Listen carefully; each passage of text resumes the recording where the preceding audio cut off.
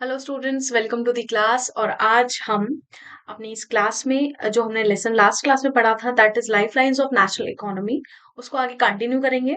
ठीक है, last class में हमने रोडवेज के बारे में पढ़ा था कि जो रोड्स हैं वो किस तरीके से काम करते हैं।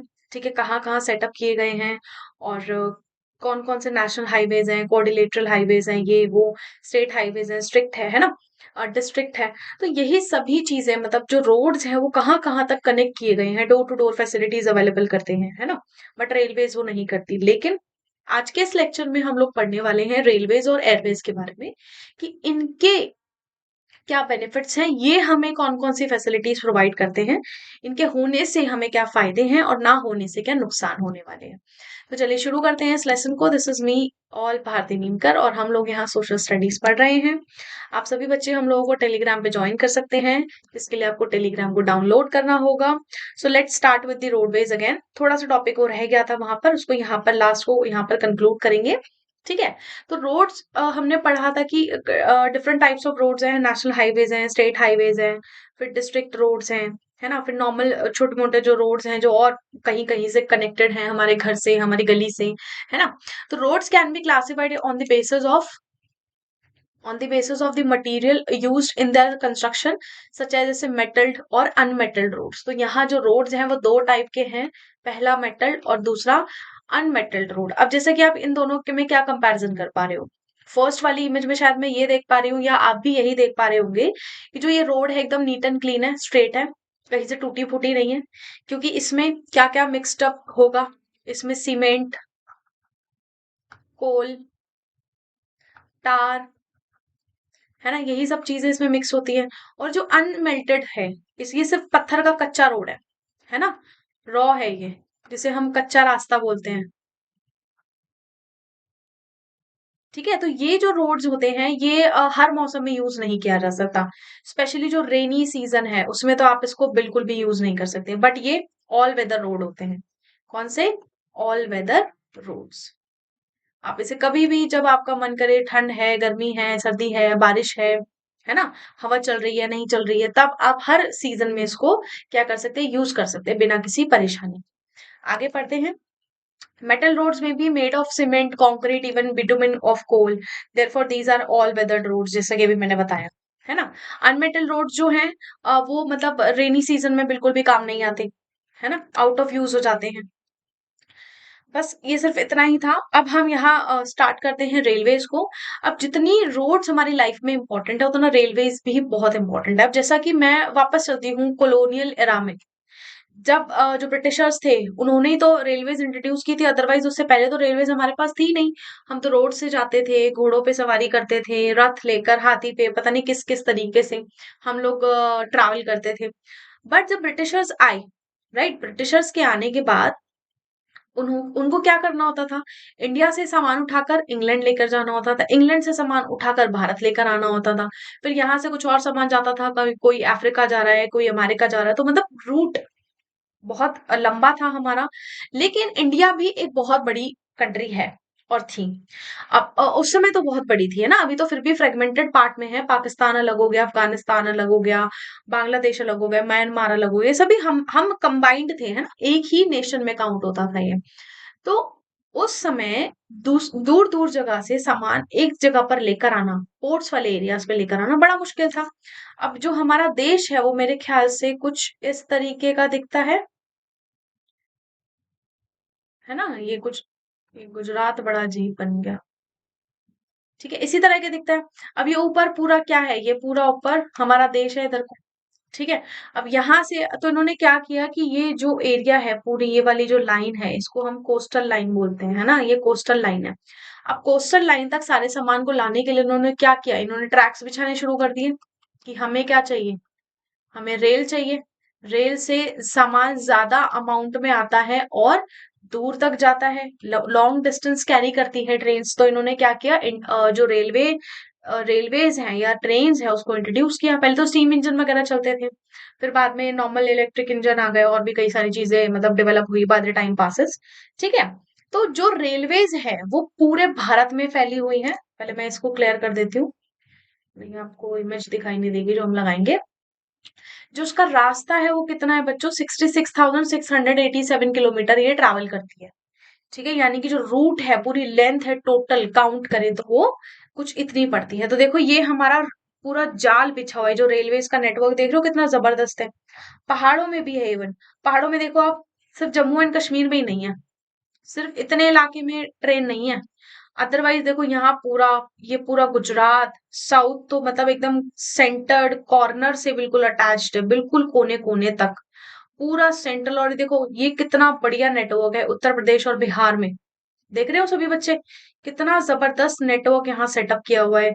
नॉर्थ ईस्ट में भी देखो सारे स्टेट्स में रेलवेज बनी हुई है ना। ये अरुणाचल में भी दिबांग दिहांग तक जा रही है, देख रहे हो सभी बच्चे, डिब्रूगढ़ तक जा रही है, गुवाहाटी और भी है, कोहिमा एंड ऑल, ये सब जगह पर मतलब रेलवेज ने कनेक्ट किया हुआ है। जम्मू कश्मीर में क्योंकि क्यों नहीं है, क्योंकि पहले ये भारत सरकार के अंडर में नहीं आता था, इसको दूसरी सरकार चलाती थी, इसलिए यहाँ पर कोई जो डेवलपमेंट है, कंस्ट्रक्शन है, वो भारत की तरफ से नहीं हुई थी। लेकिन अब एज जो जम्मू कश्मीर है और जो लद्दाख है वो भारत की डायरेक्ट अंडरटेकिंग में आता है, डायरेक्ट सुपरविजन में आता है, तो अब में भी यहाँ पर कुछ कंस्ट्रक्शन पर्पज से कोई चीजें की जा सकती है। ठीक है, चलिए आगे चलते हैं। अब जो रेलवेज होती है मल्टीपल गोएज की होती है, जैसे कि जो उनके इंजन होते हैं, जैसे ब्रॉड ब्रॉड गोएज, ये देखो इंजन की चौड़ाई देखो कितनी ज्यादा है, 1.5 मीटर, 1.5 मीटर से भी ज्यादा है, 1.676। ठीक है, ये है मीटर गेज, तो ये 1 मीटर का है ओनली, राइट। ये फ्रंट का देखो, ये चौड़ापन देखो इनका, आ, ये इसको देखो, ये इसको देखो, दिस इज 1 मीटर, और ये दिस इज नैरो गेज। देख रहे हैं सभी, सभी बच्चे देख पा रहे हैं प्रॉपर, है ना। हाँ, तो इसको नापा गया है कि ये देखो यहाँ पर जो चौड़ाई थी, देखो पहले ये वाली ट्रेन चलती थी, है ना, अब ये वाली ट्रेन चलती हैं, राइट। ये वाली बीच में चलती थी, अब काफी मॉडिफिकेशन के साथ जो ट्रेन है वो आई हैं। इससे क्या है, जो कैपेसिटी ऑफ पैसेंजर्स है, कैपेसिटी ऑफ थिंग्स है, गुड्स है, एनिमल्स है, जो भी हम चीजें लेकर आते हैं ट्रेन में वो ज्यादा आती है। ठीक है, आगे चलते हैं। जो डिस्ट्रीब्यूशन पैटर्न है रेलवे का, डिस्ट्रीब्यूशन पैटर्न है जो रेलवे का नेटवर्क हमारे देश में, has been largely influenced by the physiographic, economic and administrative factor. Physiographic मतलब कि जो हमारा देश जिस तरीके से दिखता है ना, कहीं पर प्लेटूज हैं, ठीक है, कहीं पर माउंटेन्स हैं, कहीं पर रेत है, कहीं पर नदियां हैं, कहीं पर मैदान है, तो उस हिसाब से हम लोगों को नेटवर्क सेट करना पड़ा। बिल्कुल, इकोनॉमी को देखकर जो आर्थिक व्यवस्था है वो किस तरह की है ना, जहां पर कम है वहां ज्यादा कनेक्टिविटी देनी चाहिए, और जहां ज्यादा आर्थिक व्यवस्था अच्छी है, विकास है, डेवलपमेंट है, वहां पर, जैसे अभी मैंने आपको मैप दिखाया था तो आपने देखा था कि उत्तर प्रदेश बिहार में सबसे ज्यादा कनेक्टिविटी है, हरियाणा में सबसे ज्यादा कनेक्टिविटी है, नॉर्थ वो साउथ की जितने भी स्टेट्स है सबसे ज्यादा कनेक्टिविटी वहां पर है, गुजरात में सबसे ज्यादा कनेक्टिविटी है। तो ये कनेक्टिविटी क्या दिखाती है कि यहाँ पर जो इकोनॉमिक एक्टिविटीज है वो बहुत ज्यादा है ना। एडमिनिस्ट्रेटिव फैक्टर्स भी मैटर करते हैं कि लोगों का आना जाना कहाँ ज्यादा पर है, ठीक है, कहाँ पर जो मतलब जो बड़े बड़े ऑफिसेज हैं, कोर्ट्स हैं, है ना, जो भी जो गवर्नमेंट बिल्डिंग्स वगैरह होती है वो कहाँ पर है, तो ये भी चीजें मैटर करते हैं कि कहाँ लोग ज्यादा जाना जाना पसंद करेंगे। अब नॉर्दर्न प्लेन्स में भी, नॉर्दर्न प्लेन्स यानी कि जो मैदान है, वास्ट लेवल लैंड है, यहाँ पर हाई पॉपुलेशन डेंसिटी है, रिच एग्रीकल्चर रिसोर्सेज है, प्रोवाइड करते हैं कि most favourable condition for their growth. तो यहाँ पर कनेक्टिविटी ज्यादा होगी कि नहीं होगी, है ना, पॉपुलेशन ज्यादा है, एकदम बढ़िया लैंड है, जैसे कि आप इमेजेस में देख रहे हो एकदम सीधा लैंड है ना, खेती बाड़ी है, लोग ज्यादा हैं, तो ये क्या दिखाता है, this is the sign of growth. अगर ये सब चीजें अच्छी रहेगी तो growth will be on high scale. ठीक है, however large number of rivers requiring construction of bridges across the wide beds and pose some obstacles. अब जहां पर नदियां ज्यादा बहती हैं, जैसे मैं साउथ की बात करती हूँ, यूपी की बात करती हूँ, बिहार, नॉर्थ वाले एरियाज हैं जो उत्तराखंड है, हिमाचल है, यहाँ रिवर्स काफी ज्यादा हैं। तो इन एरियाज में थोड़ा सा प्रॉब्लम होता है, क्योंकि हमें ना जो रिवर है उसके बीच में भी हमें पिलर्स लगाने पड़ते हैं। अगर उस साइड पर जो रिवर है उसमें नीचे जो रिवर की डेप्थ है ज्यादा है तो प्रॉब्लम हो जाती है, रिवर की डेप्थ ज्यादा नहीं होती तो वहां पर हम इजीली लगा पाते हैं, बट प्रॉब्लम तो फिर भी रहती है। ठीक है, तो इससे क्या होता है कि कुछ ऑब्स्टेकल्स मतलब आते हैं ये ब्रिजेस वगैरह बनाने में, ताकि देखो, ये देखो इस तरीके की बात हो रही है, जो हिली टेराइन एरिया है, see this is the all hilly area, है ना। अब देखो हम क्या, अगर हमें रेल बनानी तो क्या हम सबसे ऊंचे पहाड़ पे से लेके जाएंगे, नहीं, हम लेकर जाएंगे उस एरिया से जो सबसे लो लैंड पड़ता है, ताकि अगर कोई भी एक्टिविटी यहाँ पर होती है तो उसका डायरेक्ट असर जो है वो हमारी ट्रेन पे, उसके ब्रिज पे या लोगों पर नहीं पड़े। ठीक है, आप देखो यहाँ से हम सुंदर नजारे देख सकते हैं, मस्त झरने गिर रहे हैं, लोग खुश होंगे इसको देख के कि देखो झरना गिर रहा है ना। तो जब भी जो पेनिनसुलर एरिया या हिली टेराइन होता है, तो वहां पर जब भी ये रेल नेटवर्क्स बनाए जाते हैं तो गैप्स और टनल्स में ही बनाए जाते हैं। यहाँ से ये ट्रेन निकल रही है तो दैट मीन्स ये अंदर एक टनल निकाली गई है, तो उस टनल के थ्रू यहाँ से ट्रेन जा रही है। ठीक है, आगे चलते हैं। हिमालयन माउंटेन रीजन जो है, these are too unfavorable for the construction of railway lines, है ना, due to high relief, sparse population and lack of economic opportunity। यहाँ पर कुछ भी नहीं है, ना तो काम धंधा है, ठीक है, ना लोग बहुत ज्यादा हैं, और यहाँ का जो मतलब टोपोग्राफी है वो बड़ी खराब है। ठीक है, बहुत हाई माउंटेन्स हैं, कहीं पर बहुत हाई है, कहीं पे बहुत लो है। अगर आप मान लीजिए आपने लो लो में बना लिया सारा, कि आपने ट्रेन का नेटवर्क सेट कर दिया, बट बीच में एक बहुत बड़ा और ऊंचा पहाड़ पड़ गया, हम उसको काट ही नहीं पाएंगे, हम उसे तोड़ ही नहीं पाएंगे। अगर हम ऐसा करते हैं तो उसका जो एडवर्स इफेक्ट है वो हमारे ऊपर आएगा, माइट भी वो वहां से लैंडस्लाइडिंग हो जाए तो नुकसान हो जाएगा, फायदा कुछ नहीं होगा, नुकसान सबसे ज्यादा होगा। ठीक है, तो वहां पर मतलब जो ट्रेन हैं हाई टेराइन रीजन में बिल्कुल भी नहीं बनाई गई है, क्योंकि वो बिल्कुल भी फायदेमंद नहीं होती। ठीक है, रिस्की होती हैं। Likewise it was difficulty to lay railway lines on, कहाँ कहाँ पर रेलवे लाइंस बनाना मुश्किल है, जैसे सैंडी प्लेन्स, जो रेतीले इलाके हैं वेस्ट राजस्थान के, जैसे जैसलमेर, बीकानेर, बाड़मेर, है ना, जोधपुर, यहाँ पर स्वैम्प्स ऑफ गुजरात, गुजरात में यहाँ पर स्वैम्प्स बने हुए हैं, है ना, जिसको दलदल और झीलें, मतलब गीला पानी यहाँ पर बिल्कुल भी नहीं बन सकते। Forested tracts of Madhya Pradesh, Chhattisgarh, Orissa और झारखंड यहाँ बिल्कुल भी नहीं बन सकते, क्योंकि यहाँ पर हमें सारा जंगल काटना पड़ेगा और हम जंगल काटना बिल्कुल भी नहीं चाहते। तो इन एरियाज में जो रेलवे कनेक्टिविटी है वो थोड़ी कम है बट कम है। बिल्कुल डेंस अंदर तक नहीं जाती, बाहर बाहर तक ही रहती है, आपको अंदर के लिए बस लेना पड़ेगा, कार लेना पड़ेगा, ये सब चीजें आप वहां पर यूज करते हैं। अदरवाइज यहाँ पर जो कनेक्टिविटी है ट्रेन की वो बिल्कुल अंदर तक नहीं है, बट रोड की कनेक्टिविटी बिल्कुल एंड तक है, आपके घर तक। ठीक है, इंडिया रेलवे जो है वो रिकॉग्नाइज होती है इनटू 16 जोन्स।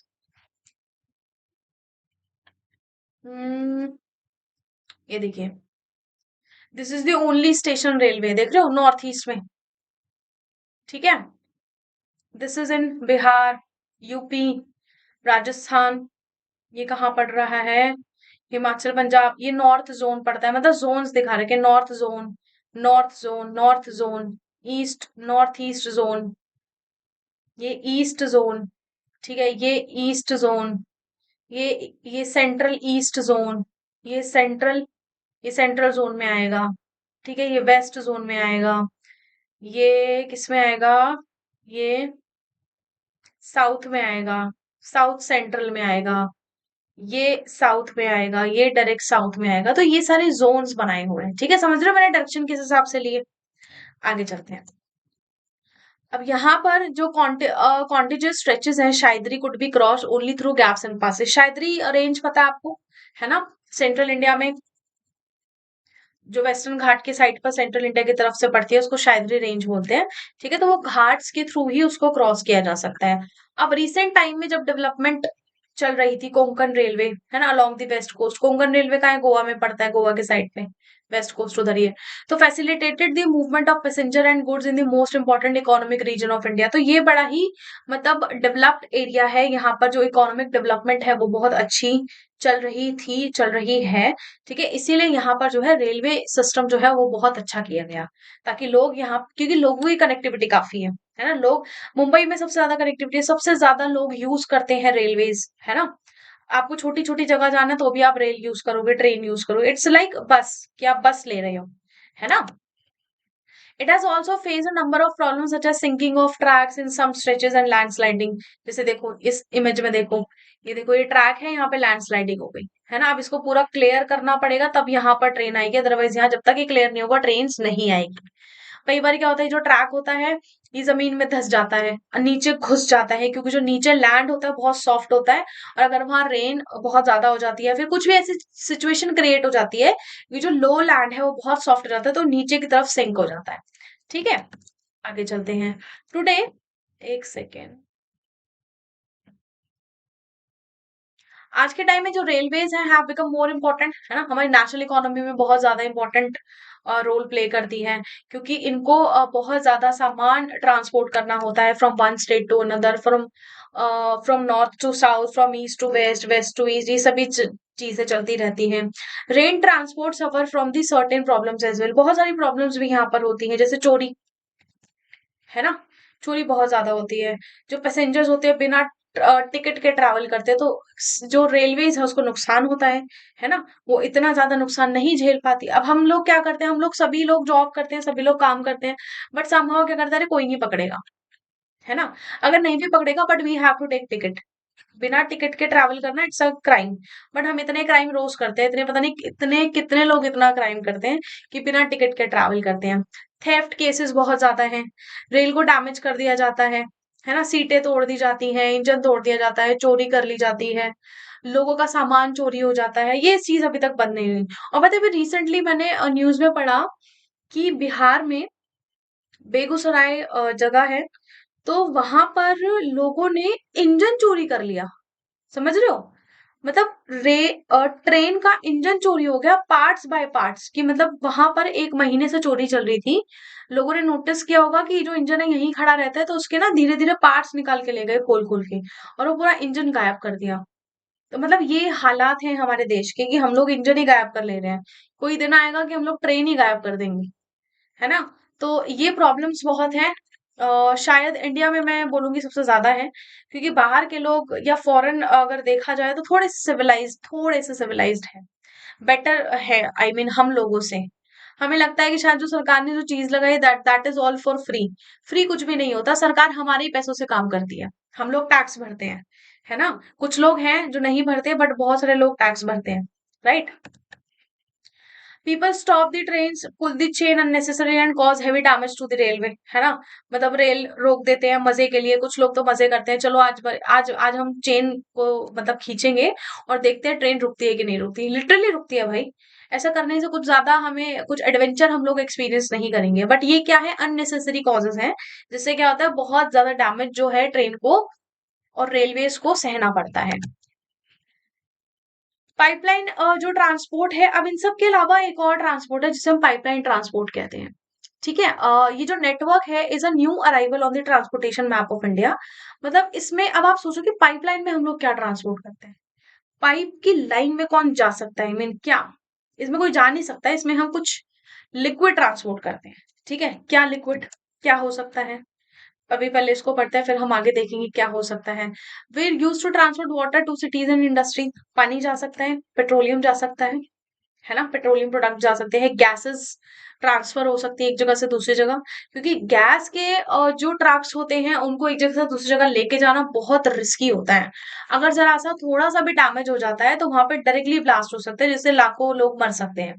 तो हम लोगों ने क्या नई चीज सोची है और निकाली भी है, एक सोल्यूशन ये हमने देखा है कि हम क्यों ना पाइपलाइंस के थ्रू सारी चीजों को ट्रांसपोर्ट करें, है ना। अब देखते हैं कहाँ कहाँ पर ट्रांसपोर्ट होता है। तो these are use for transporting crude oil, है ना। अब क्रूड ऑयल कहाँ निकलता है, बॉम्बे हाई पे निकलता है, असम में निकलता है, गुजरात में निकलता है ना। पेट्रोलियम प्रोडक्ट्स, नेचुरल गैसेस, अब जहां पर पेट्रोलियम निकलेगा वहां पर नेचुरल गैसेस ऑटोमेटिकली क्रिएट होगी, तो नेचुरल गैस को भी हम लोगों को क्या करना है, ट्रांसफर करना है। नेचुरल गैस फील्ड रिफाइनरीज बने होते हैं, फर्टिलाइजर फैक्ट्रीज हैं, बिग थर्मल पावर प्लांट्स हैं, तो यहाँ से सभी चीजें एक जगह से, मान लो मुझे गुजरात से चीज भेजनी है, लेट से बिहार, तो मैं क्या करूंगी, मैं क्या उसको बस में लेके जाऊंगी इन सब चीजों को, या ट्रक में लेके जाऊंगी। ट्रक से भी इतना सारा सामान नहीं जा पाएगा, क्योंकि ये मतलब गैलन्स में होता है, लीटर्स में भी नहीं बोलूंगी मैं, गैलन्स में होता है। ठीक है, तो गैलन थोड़ा सा बड़ा यूनिट है लीटर से।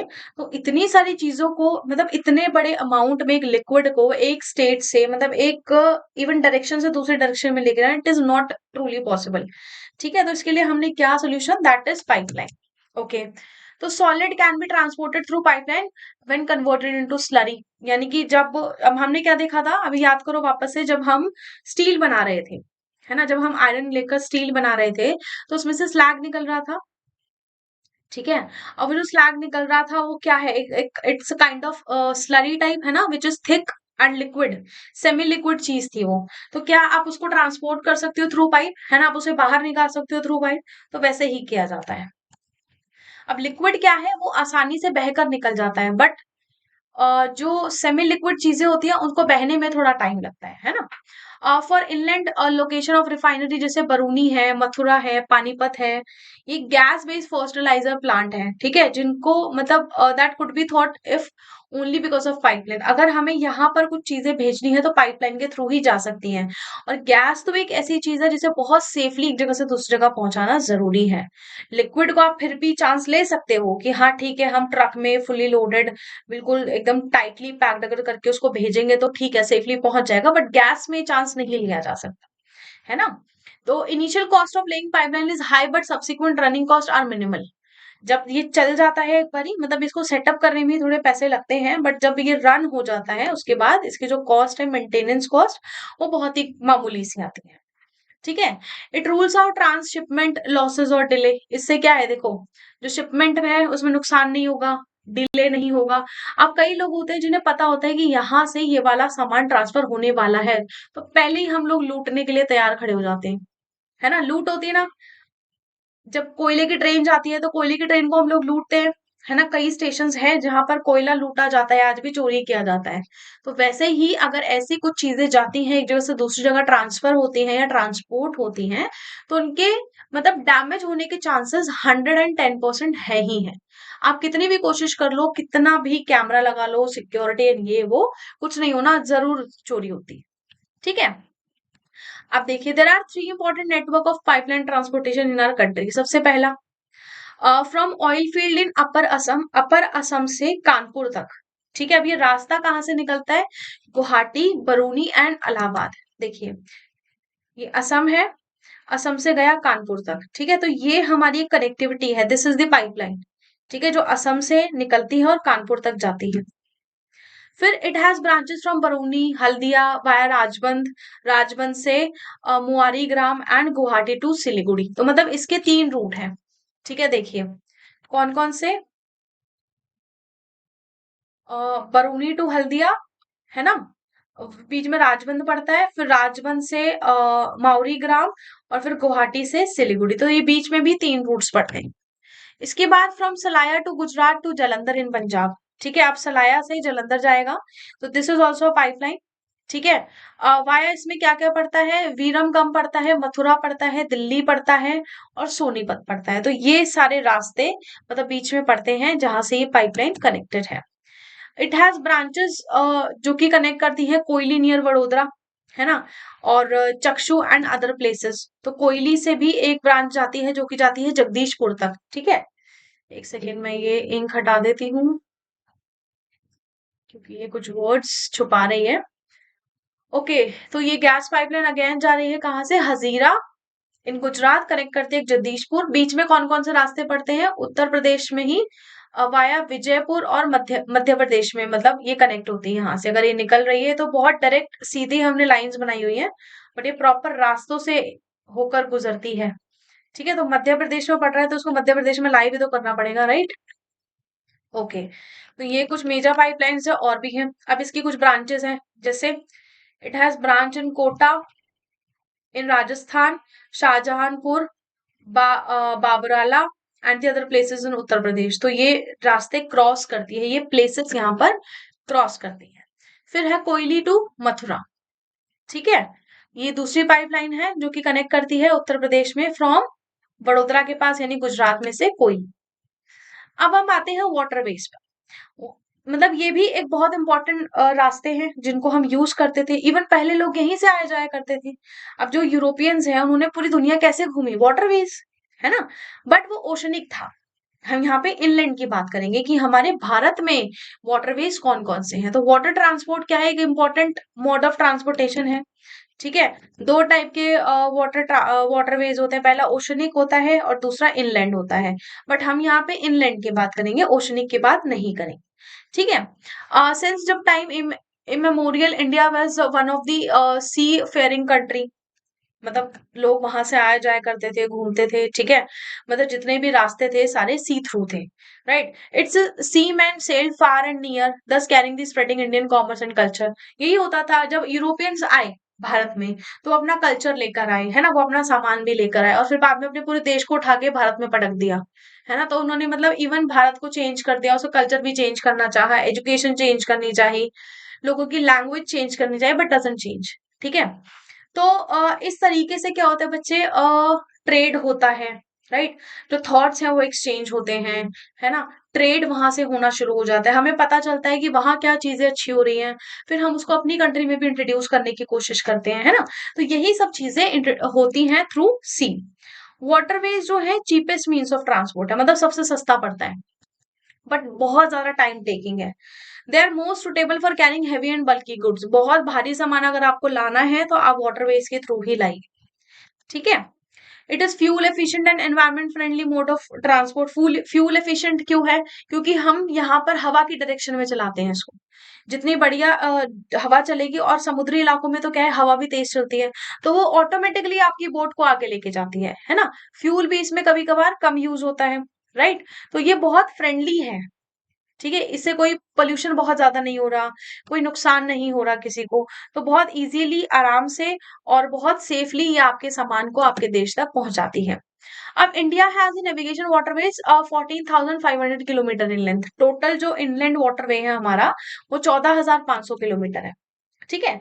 Out of these nearly 5,685 kilometre navigable है, ठीक है, जो कि मैकेनाइज्ड वेसल से होता है, यानी कि वहां पर जो बोट सिस्टम है वो बहुत अच्छा है।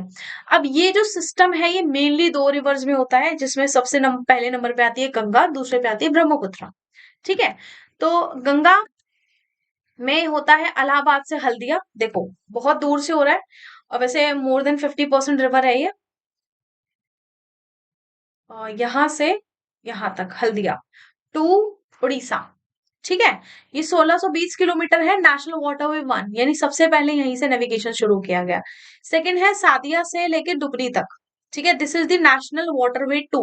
ये सिर्फ 891 किलोमीटर तक ही है, और जो कि ब्रह्मपुत्र रिवर में बनाया हुआ है, जो कि निकलता है from Nagaland to the Bangladesh, ठीक है बच्चे। अब आता है दूसरा कोटापुरम एंड कोलम, जो कि कर्नाटका से आता है केरला तक, ठीक है। ये है नेशनल वाटरवे नंबर 3। ये 205 किलोमीटर तक का है, और इसमें कौन कौन से स्टेशन आते हैं? कोट्टापुरम आता है, कोलम आता है, उद्योग मंडल आता है, एंड चंपाकरा आता है, ठीक है। ये कैनाल्स इसमें बीच में पड़ती हैं। ये वेस्ट कोस्ट पर पड़ता है, राइट, वेस्ट कोस्ट पर बना हुआ है नहीं। आगे चलते हैं। फिर आता है specified stretches of Godavari Krishna river along with Kakinada Puducherry stretch of canal. ये 1,078 किलोमीटर, यानी नेशनल वाटरवे 4। तो ये सबसे बड़ा है, पुडुचेरी से लेके काकीनाडा तक, ठीक है। सबसे लंबा वाटरवे कौन सा है? नेशनल वाटरवे 4, जो कि है 1078 किलोमीटर, ठीक है। सबसे पुराना कौन सा है? रिवर गंगा का, इलाहाबाद टू हल्दिया। अब स्पेसिफाइड स्ट्रेचेस जो है रिवर के, जैसे Brahmani along with the Matai river, delta channel of Mahanadi and Brahmani river and east coast canal. तो यहाँ पर ये वाला, यहाँ पर ब्राह्मणी रिवर, दो रिवर के नाम सुनाई आ रहे हैं, समझ आ रहे हैं, इधर दिखाई दे रहे हैं, ब्राह्मणी और मताई रिवर, ठीक है। यहाँ पर 588 किलोमीटर नेशनल वाटरवे नंबर 5, जो कि ईस्ट कोस्ट में पड़ता है। आगे चलते हैं। There are some other inland waterways on which जो सब्सटैंशियल ट्रांसपोर्ट है वहां पर टेक प्लेस होता है, बट वो बहुत ज्यादा नहीं चलता। एक सेकेंड, इंक हटा देते हैं, इससे कुछ दिखाई नहीं देता। जो छोटे वाटरवेज हैं वो है Mandovi, Zuari and Cumberjua, Sundarbans and Barak backwaters of Kerala, and tidal stretches of some other river. Tidal stretches कहाँ पर है? गुजरात में है, यहीं पर पड़ते हैं सबसे ज्यादा, ठीक है। और वेस्ट कोस्ट में हो सकते हैं टाइड्स, ठीक है। तो यहाँ पर जितने भी पोर्ट्स हैं, these are tidal ports. Okay, तो आगे चलते हैं। होपफुली ये पूरा समझ आ रहा होगा मैप, ध्यान से देखना इसको, एग्जाम में ये सभी चीजें आती हैं। अच्छा, इन सब के अलावा जो इंडिया है वो फॉरेन कंट्री से भी ट्रेड करती है ना, पोर्ट्स के साथ साथ along the coast. 95% of country जो है वो उसका ट्रेड वॉल्यूम 68%, जो कि कहाँ से आता है? सी के थ्रू आता है, ठीक है। अब देखो सी पोर्ट्स, देखो हमारे सबसे पहला कांदला, सबसे पुराना, this is the oldest port. ठीक है, और ये कौन सा पोर्ट है? टाइडल पोर्ट है। This is Mumbai port, again पुराना। ठीक है, मार्मागांव, मैंगलोर पुराना, कोची ओल्डेस्ट, सबसे पहले जो यूरोपियन से यहीं पर आए थे, तूतीकोरिन। ठीक है, देन चेन्नई, विशाखापट्टनम, पारादीप, हल्दिया एंड कोलकाता। कोलकाता ये वाला है, राइट। तो ये सारे मेजर पोर्ट्स हैं जहां से जो भारत है सबसे ज्यादा यहाँ से फॉरेन ट्रेड करते हैं। ठीक है। अच्छा, with a long coast line, हमारी 7,500 किलोमीटर की कोस्ट लाइन है, और जो डॉटेड है ये 12 मेजर हमारे क्या है, पोर्ट्स हैं। 187 जो नोटिफाइड, ये क्या है, नॉन मेजर, ठीक है, माइनर इंटरमीडिएट पोर्ट्स हैं। समझ आ रहा है सभी को? ये सारे मेन पोर्ट्स हैं बट मेजर नहीं है। ठीक है, ये सारे पोर्ट्स हमारे वर्किंग हैं। सबसे ज्यादा विशाखापट्टनम, चेन्नई, तूतीकोरिन, कोची, मुंबई और कांदला, सबसे ज्यादा ये वर्किंग में है, एंड कोलकाता। ठीक है, आगे चलते हैं। There are major ports handle 95% of India's foreign trade. तो जितना भी फॉरेन ट्रेड होता है वो यहीं से हैंडल होता है। ठीक है, Kandla and Kutch, Kandla and Kutch was the first port जिनको डेवलप किया गया था इंडिपेंडेंस के बाद ही। ठीक है, Mumbai, independence of trade and, एक सेकेंड, ये यहाँ पर इंक हटा देते हैं अगेन।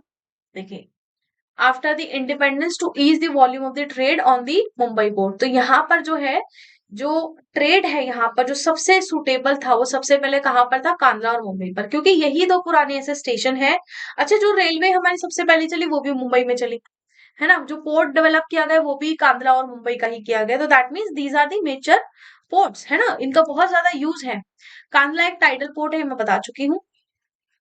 अब ये जो पोर्ट है ये केटर करते हैं कन्वीनियंट हैंडलिंग, है ना, ऑफ एक्सपोर्ट और इम्पोर्ट। यहाँ पर हाईली प्रोडक्टिव ग्रैनरी है, इंडस्ट्रियल बेल्ट है जो कि स्ट्रेच होती है across the state of Jammu Kashmir, Himachal Pradesh, Punjab, Haryana, Rajasthan और गुजरात। तो यहाँ से मतलब बहुत सारी चीजें हैं, इंडस्ट्रियल बेल्ट है जो यहाँ तक फैली हुई है।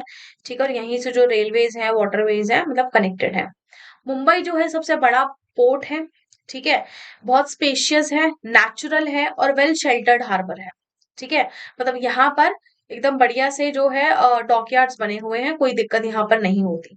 Jawaharlal Nehru port was planned with a view to decongestion of the Mumbai port and the serve as a hub port of this region। तो यहाँ पर जवाहरलाल नेहरू जो पोर्ट बनाया गया था वो इसीलिए बनाया गया था ताकि उसको एक हब में कन्वर्ट कर दिया जाए, और ये सबसे बढ़िया पोर्ट था, राइट।